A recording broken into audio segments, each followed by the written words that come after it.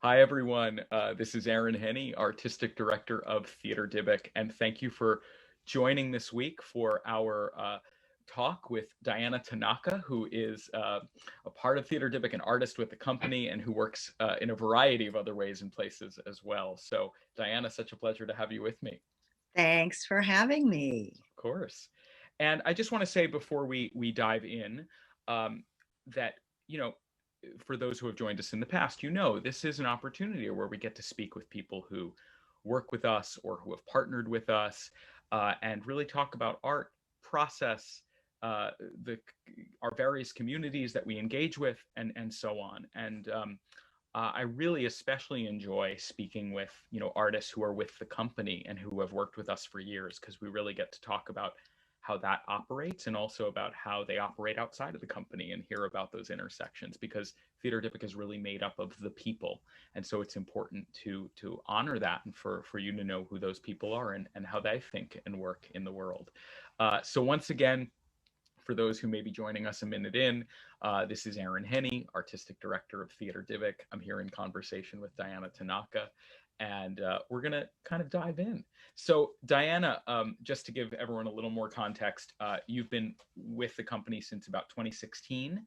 You are currently working on your fourth show with us, Breaking Protocols, which was due to open this past year, but of course, due to I think everyone knows that we have postponed its opening, but we are continuing to work together in a variety of ways this year between our podcast and online events and other forms. So I just wanted to give a little framing, and we've actually known each other for many years before that in other settings as well. So I always like to start with, rather than giving a formal biography, I always like to start with asking you a little bit, just to talk a little bit about what brought you to your work as an actor and the work you do in the world, a little bit of your own history. Well, I'm from San Francisco, and I'm a Sansei, which means my grandparents came from Japan. My parents were born here, and then I was also born in California in San Francisco. And I think um, I wanted to perform always, I think, because I just wanted to express all this feeling that I wasn't supposed to express. Wow. Really, ever. My Yeah. dad's favorite line, and I think about this with a lot of empathy and compassion for him now, was, "What? Are you bragging or complaining?" It's like, okay, they're both bad. Okay, I'm not doing anything. Right. I'm not doing anything. So, and I think that's what led me towards musical theater, although I have a very narrow range and not great pitch. And so even though I studied music, I didn't really go there. But children's theater, Yeah. really big, primary colors, broad, could let me um, really express in really big ways Mm. uh, um, myself. So Yeah. I think that's what got me into performing. And then when I was in high school, towards the end of high school, there was an ad for the newly formed Asian American Theater Workshop. Mm. And they had come to my high school and performed. I don't think they did the whole thing. They performed, I think, little scenes from Frank Chin's Chicken Coop Chinaman. Mm. And I think it was the first time I saw Asians live on stage. Oh, wow. It was very moving. And that helped propel me towards saying, I want to go see this. And it was the classes were at the American Conservatory Theater, Mm. sort of downtown Los Angeles, kind of like the Tenderloin, which is kind of chic right now, but it wasn't then. And so my mother went with me. Oh, We wow. took a bus down there. And my because I think I was like 16, and my mom went with me to the first class, and I started studying there, and sort of became my first theatrical home. Wow. So you alluded to this. That's amazing. You I didn't know this. I also didn't know that you started in musical theater. I mean, so many of us do, right? That's a very common entry point, but that's amazing. And so you alluded to children's theater and sort of those big primary colors and that entry point, and then you just spoke about your history of going to the Tenderloin, of seeing this Asian American troupe in and kind of all of these different ways that were the way in which you found your place. And you have since had quite a diverse career. I mean, you've worked, in television, you've worked in sort of more classic dramas and kind of standard, more traditional, straightforward dramas. You've worked in children's theater. You've worked in, a variety of forms. You've worked with us a lot, and so I'm curious about what do you think's been a common thread for you? Like, understanding that these are very diverse experiences, and the common thread may just be I'm an actor and I work. But I'm curious if you've noted either a common thread in the work or a common thread in your relationship to the work. I tend to do things that have some kind of social message, I think. Mm. Um, and I like to do things that are multi-ethnic. Mm. I think part of that is because I have often not been portrayed as, perceived as Asian enough or Japanese enough. I remember at one point I was trying to be an extra for a movie in LA, and I thought, oh, I can be an extra for this. This will be good. It's in Japan. That's so fascinating. Yeah. I just want to pause there for a second before we get to the rest of the answer. Like, how do you mean? Like, what do you think that perception is? Why? Yeah. When I first started in the Hollywood film television industry in the mid 80s, it was the perception that I was mixed, which was fine. But as far as I know, I'm not. I mean, as far as the generations that I really know, I'm not.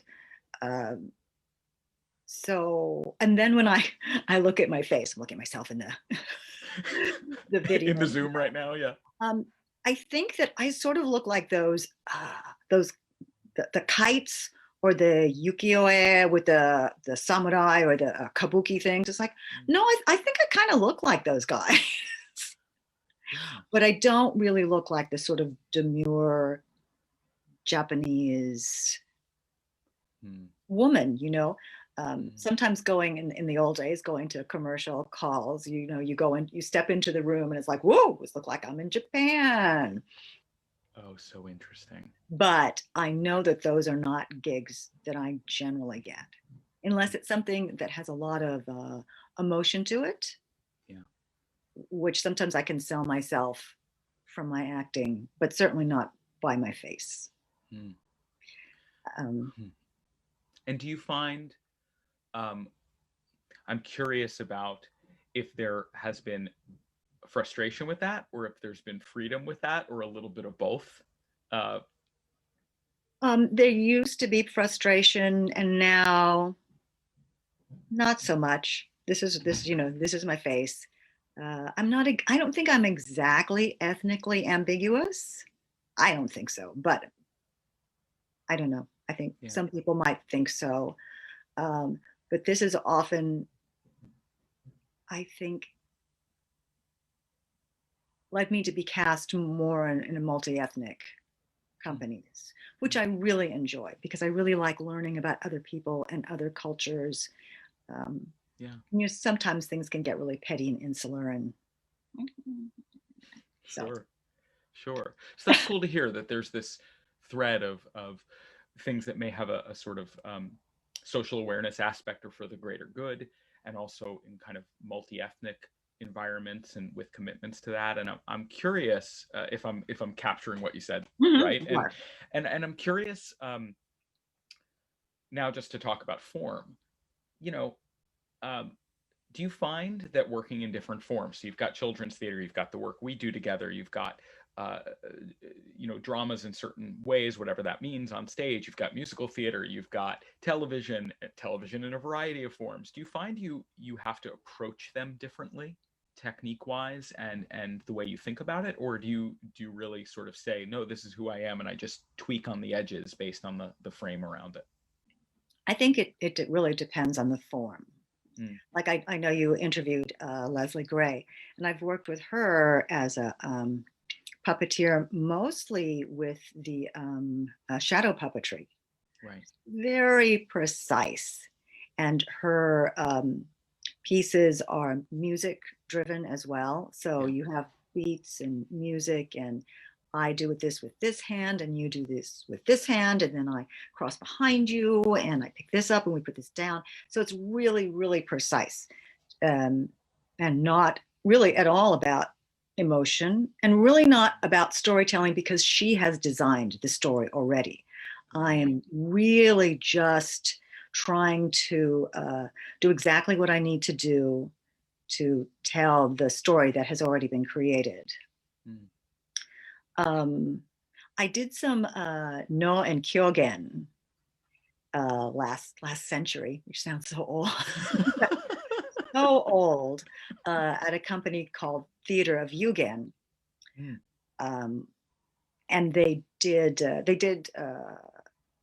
classic like Kyogen shorts, which are kind of like the commedia little vignettes in English. And then um, the artistic director, Yuriko Doi, also adapted like plays. I was in Antigone, done in this Kyogen style. Yeah. And that was tremendous in the form. Mm. So you had all the emotion, but you really had to keep to the form, which was wonderful. She used to say, Yuriko Doi, she's like, if kabuki is like 110% out, and I don't think I have this correct percentage, but no is like a lot of percentage, maybe 90% or 95% Mm. all held. So like something where you put your arm up, it's crying. Mm. And often there's a mask, but in with her work, you wouldn't always do it with a mask. So it's she would tell us, you feel that emotion Mm. and you convey it with this one gesture. Then if you're crying a lot, it's two hands. Oh, that's okay. And it's like it is a kind of formal signifier that means X, and you're filling that form, but Right. that is what it expresses again and again whenever that Yes. appears. Yes. Wow. Yes. And just walking, that contact with the floor. Um, Mm. it's very powerful and very beautiful. Mm. Whereas something like your work, Theater Dybbuk, I feel like is a combination of both. Mm. But and sometimes, I mean, I'll say I don't know what I'm doing. There are some sequences where it's like I don't know what I'm doing, but I have to move this rope like this, and I have to say these lines at this point, and I know the lines have something to do with this, and the emotion is like this, and we're moving towards this, but I don't really know what I'm doing, but I'm really gonna go for Mm. You cover it very well. and then other things are like, oh, I know what this is. Yeah. Yeah. I know I have a connection to, like, a visceral connection to it. Yeah. So it's yeah, it's challenging. I like it because it uses both parts of my brain. Yeah. I don't know if it's really both parts of my brain, but using the physical form as well as the emotional Yeah. content and context. So let's talk about that, because I want to kind of unpack a little bit more about the challenges, as well as the maybe inspiring, or the parts that really feel good in the work, and also, as I Mhm. said, the parts that are more challenging. So let's begin with the challenges, because you alluded to some of them, which is, on the one hand, it's invigorating, right, to be called on to do kind of all these things at once. But it sounds like at times one of the challenges is that there may be a disconnect between the physical, the intellectual, and the emotional, and you have to kind of find your way through those uncertain waters. I mean, is that an accurate way to describe it? How would you describe it? I would say sometimes I just don't know, and you just have to keep going. Yeah. I think we talked about this at another time. I just have to trust, Yeah. you know, and that's nice to be in a community of artists that you just trust. Yeah. Um, I learned kind of late in my career that you can't always trust the director Mm. to not let you look bad. Yeah. Because I did a show and it was like, I looked bad. And it was because I listened to the director. Mm. Um, and I've also heard that with other artists, like big stars. They don't listen to like a film director. They'll just do their thing. They go, and then they'll just go do their thing, unless they really come to respect that director, and then they might do what the director says. Right. But for me, with theater dybbuk, in some ways, it's really fantastic. The physicality is fantastic. The workouts we do, the physical development, it's really fun. It's really freeing. When I first started in Exegog, it was like, what the hell is this? Is this okay? Am I doing this right? It's like, oh, I guess I am. I guess I'm just being present and following and building ensemble and yeah, kind of playing and interacting and getting to know people and getting to know people's energies. That's really fantastic. Yeah. And then for me, sometimes just I think I'm generally the oldest artist on stage. Mm. And not the most physical. Mm. So some of that is challenging in that Yeah. it's like, well, I can't do that. You know, though I think I've gotten stronger Yeah. with Julie, who helps with Pilates, with all her help, and with our choreographers. Yeah. So there's that. And also for me, the very dense text. And I also have, I don't know if you know this, I have a huge fear of forgetting lines. Mm. I didn't know that. Yeah. Yeah, it's pretty huge. Uh, and so there's both of those things. Mm. While on one hand, I really enjoy language. I really, really do. But then I get really nervous about it. So there's like all those things. It's just very challenging. Yeah. As I think about it, it's really, really challenging. Yeah. Um, That's but fair. it's kind of unique and very satisfying to do. I find it, and it's also the people as well, the ensemble. You know, I feel like you've chosen your ensemble carefully for not just their art artistry, but also how they are as people.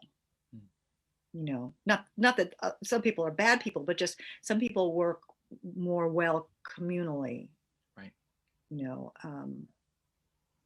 and I think, yeah, I think it's people who don't let their fears kind of override everything. Yeah. Yeah. I think that's a really good observation. You know, one of the things for those who may be less familiar with our process is that, you know, one is that the shows, and I've talked about this before in these chats, that, you know, kind of all things are firing at once, right? We're moving in highly choreographed ways while doing dense text, while live music may be happening, while, you know, all of that's happening at once.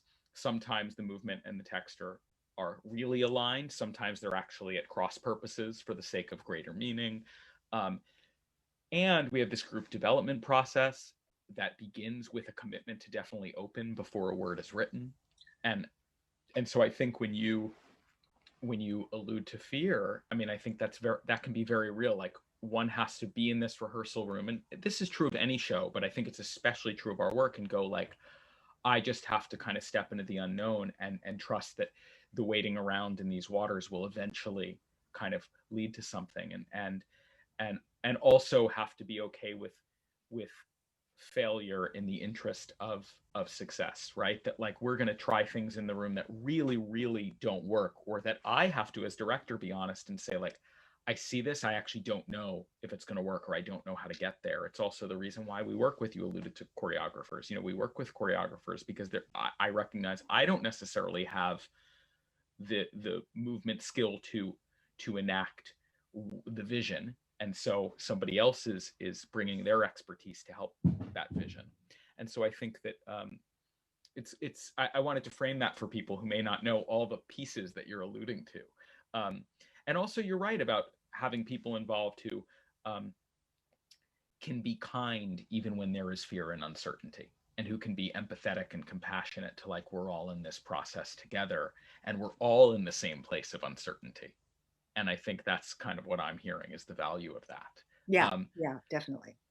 So building on that, I mean, is there anything, you alluded to some of this, but is there anything in particular you find particularly invigorating? Like you sort of alluded to it, but just to kind of nail it, is there anything in specific that you're like, this is what I really enjoy in this, or that I find inspiring, or that I find satisfying? I think much like what I enjoy doing children's theater, not that your work is in primary colors, but the largeness, the kind of some sort of operatic kind of feel in some of the sequences. Yeah. Yeah, both verbally and in the physical vocabulary. Yeah. Is very, very exciting, and yeah, and invigorating and satisfying. Nice. So I just want to kind of pivot to something else, which is, so you're an actor, largely working in theater and other forms that require to do things like be on a set. And we're in the middle of a pandemic where those opportunities, while still maybe around, have shifted, take different forms. There are different limitations. Just curious, like what's happening? How are you navigating this moment? What does that look like for you? So in the last maybe month or two, suddenly there are a lot of auditions. And for me, more commercial auditions.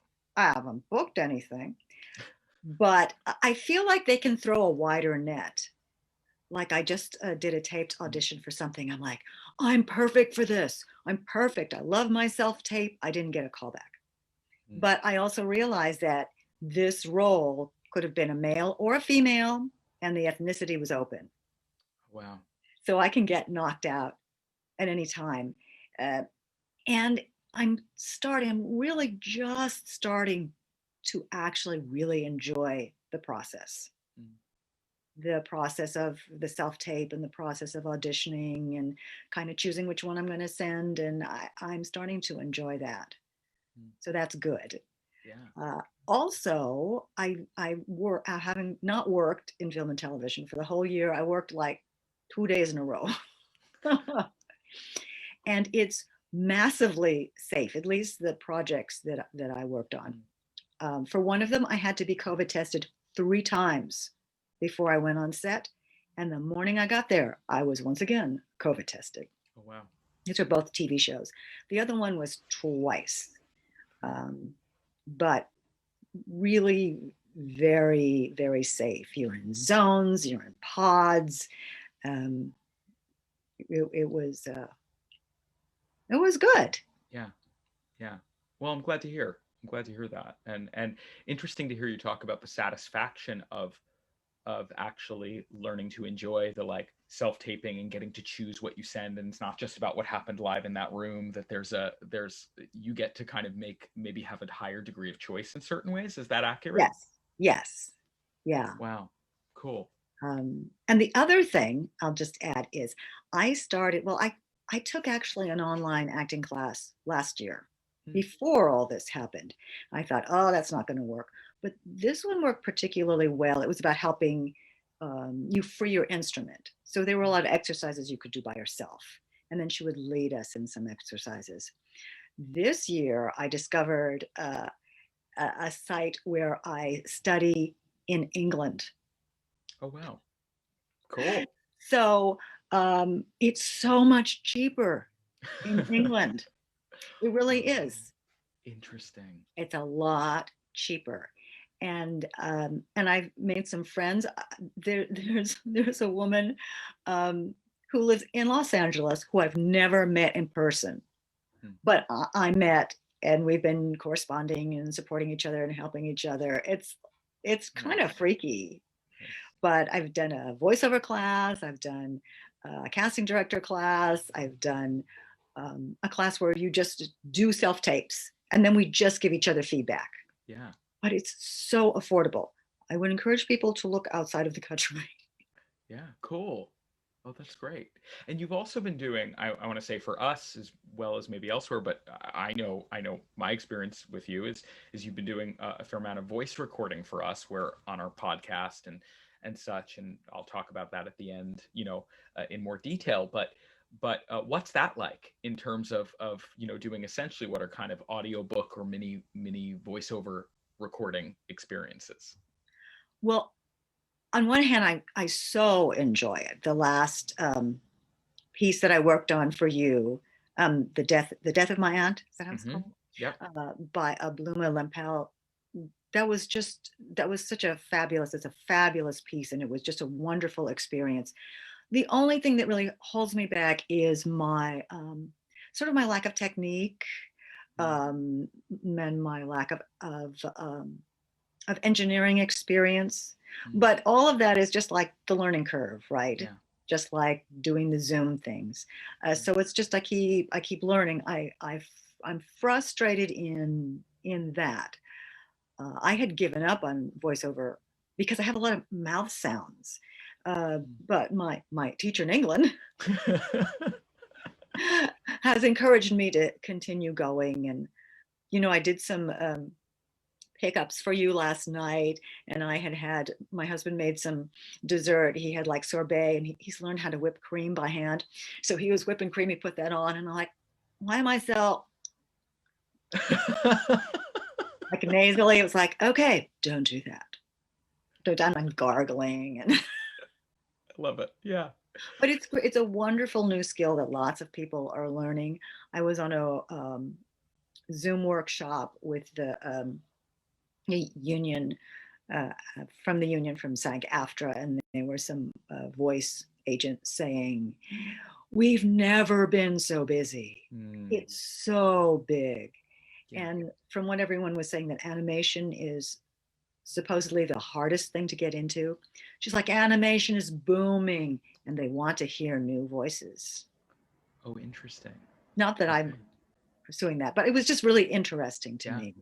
So, Yeah. there's a lot to learn: Yeah. microphones, interfaces, and then all your own idiosyncrasies to Right. listen to. It's like, it's like, oh, I love the way I acted it, but there's or I said Absolutely. shuttle instead of stuttle. Right. I mean, it's so interesting. I've noticed that too, as recording as the host of this podcast. Like suddenly, I'm like, oh, that's actually over enunciated. I'm doing too much of a host voice. Podcast is a tends to be a more a kind of intimate casual medium in certain ways. And so there's this dance between how formal, how casual, how Right. enunciated, how not. I mean, it's really interesting. And also the mouth sounds suddenly being like, hey, I thought that went really well, and you hear click click click on the back. And I will say, for again anyone watching, that what Diana's alluding to specifically, what she was talking about, is our episode 3 of our podcast, the Dybbuk Cast, which brings together explorations of creative text throughout history with scholarship of people talking about what was going on in society and what the text means. Um, uh, Diana recorded for episode 3, which is called "The Death of My Aunt," which is based on, as she said, a short story by Yiddish writer Bluma Lempel, and Diana reads it in English translation by Ellen Cassidy and Yirmiyahu Aron Taub, and it's a beautiful story. And that episode is actually coming out January 8th, and you'll get to hear Diana's reading of it and the scholars talking about it, and it's really quite lovely. So just to kind of frame for folks. So in the last few minutes, I have one or two other quick questions, or not so quick. We'll see. Uh, one, you know, so you're currently working on your 4th show with Theater Dybbuk, which is Breaking Protocols, which is our explosion of the Protocols of the Elders of Zion, the notorious fraudulent anti-Semitic text, and it takes place with this decaying vaudeville troupe, sort of past the end of the last days of vaudeville, trying to keep the show going, and they're performing about the protocols. And I'm just curious for you as an actor, and as somebody who's been involved in the development of multiple shows with us, how this feels familiar and how it feels different. I mean, including the fact that development's now on a slower roll and is being done partially online, but just in general, maybe the content of the show itself, as well as the process we're needing to go through because of the moment. I'm just curious, any reflections on this experience? Well, I really love that we have more time with the text. Yeah. And I know that you've had to pivot, so you don't have that much time with the text. Yeah. But there's more time overall. And in the last piece we did together, Hell Prepared, we had just started like, oh, maybe we have time to do some table work because there were only three of us. And that was really wonderful. Yeah. And so then moving that format to Breaking Protocols has been really exciting to really, because it's so relationship driven, to really explore and change and flush out those relationships has been really exciting. And I've really enjoyed that. So I think it was a little auspicious that we got to put it off. Yeah. For a little while. I mean, it is frustrating, but on the other hand, I think when we get there, we'll have like something really, at least text-wise, really solid. And then you can see how all the movement and other things layer on top of that. Yeah, that's great. I think, again, just to sort of frame for folks that, one of the challenges of our process in the past has been we do all this script development work that's about developing the script, getting it ready to go. And then we go into a kind of rehearsal process that often, I think, something I'm getting better at and learning is often in the past, there was a sort of taking for granted because we went through this whole script development process together, that the classic, what is often known as table work of like, let's really sit down and talk about what each line means and what the characters are going through, sometimes got a little bit of short shrift because there was a kind of like, well, we've spent all this time on the script, now let's transition to getting it on its feet. And I think over the last two shows, we've really learned, and Diana was talking about this, especially right now, when really all we can do to some extent is talk about what's on the page and figure it out. We learned that no, we can't skip that part because the script development is about creating the script. The table work is about understanding the script. And those are, while they're interrelated, they're not one and the same. So I appreciate you bring that up, and I agree. It's been really nice to have that opportunity. So in these last, moments, you've talked about some of this already, but are there any other ways like that you want to mention that how you're engaging with this as an artist, as a person, with the moment we're in, of having now been largely at home for so long, not being able to engage in the same communal ways on a regular basis as you might have in the past? What any last reflections or thought on that in terms of yourself or our field in general? Well, I know it's been really hard for a lot of people, but for someone like me, it's actually been kind of nice.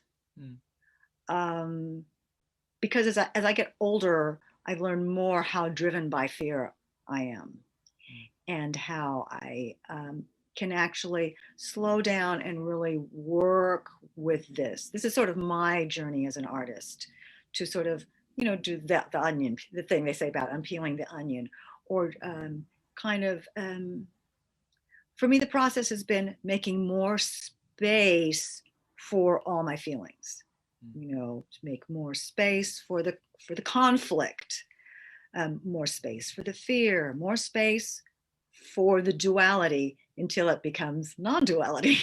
Sure. And so really, I'm having the opportunity to really focus on that consciously. And I find that I'm able to do more, I'm calmer. Well, I still do lots of mistakes, but it's been really good for me. Yeah. So I think for more introverts, homebodies, it's actually been kind of nice. Yeah, I appreciate that perspective. I think it's something that doesn't get necessarily spoken of as often. And also just as an artist, right? The sort of like, I know something I had to do during this period was get really quiet and ask, like, what is it we're about? Why do we exist? Why do I exist as an artist? What is the company really about? Because since the form has to change right now, I have to ask really deep questions about the why, not just the what, right? Right. And Yes. that yeah, I think long term that will have some really positive impacts, both personally and professionally. Um, so Diana, such a pleasure. Thank you for taking the time today and for Thank sharing a you. little bit of your experience. Any last things before I do the official closeout? Anything you want to add? Anywhere that if people want to learn more about what you do, besides visiting the Theater Dybbuk people page, anywhere else they should be going? Anything coming up you want them to see? Um, let's see. I'm on podcast with Leslie Gray's podcast. I think it's called Working Women. I'm on a podcast called Red House Rising, which takes place in sort of World War II and an Asian Pacific theater. Um, and I don't have a website yet. Okay. But you can check out those. I think it's women's work, so that's Women's good. work. Just Thank you. great. Thank you. Yep. Thank you. Cool. And then I'll just add to close out. In addition, that yeah, if you do want to learn more about Diana, you can also go on our website and see some photos and some other things with her work there. In addition, as I mentioned, coming out January 8th is episode 3 of the Dybbuk cast. In which Diana is really featured and is reading much of this story by Bluma Lempel. I think it's a really compelling and moving story and episode. In the meantime, I'll just say we currently have 2 episodes out of the Dybbuk and a bonus episode that you can check out that came out over the last few months. The last one that just came out is about the Book of Enoch, an apocalyptic text with really great scholarship by Dr. Greg Salyer from the Philosophical Research Society. So if you're able to check that out, that would be great.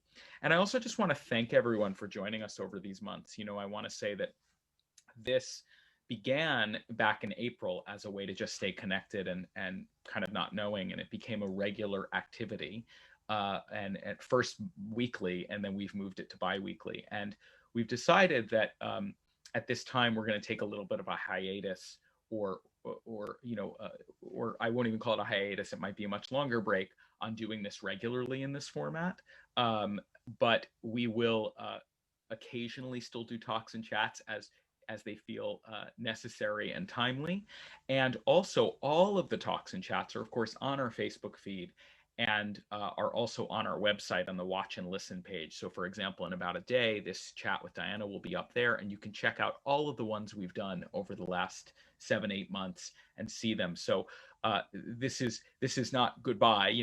We'll continue these talks when it seems appropriate. And you can also, of course, always visit our Facebook page and see a variety of things there. But I wanted to sort of name that this will be the last formal one of these for a little while. And Diana, such a pleasure. I'm so glad you're part of the team. And more to come. We'll talk soon. Yeah. And thank you, everyone, for watching. And thanks again, Diana. Be well. Thank you. Bye. Bye.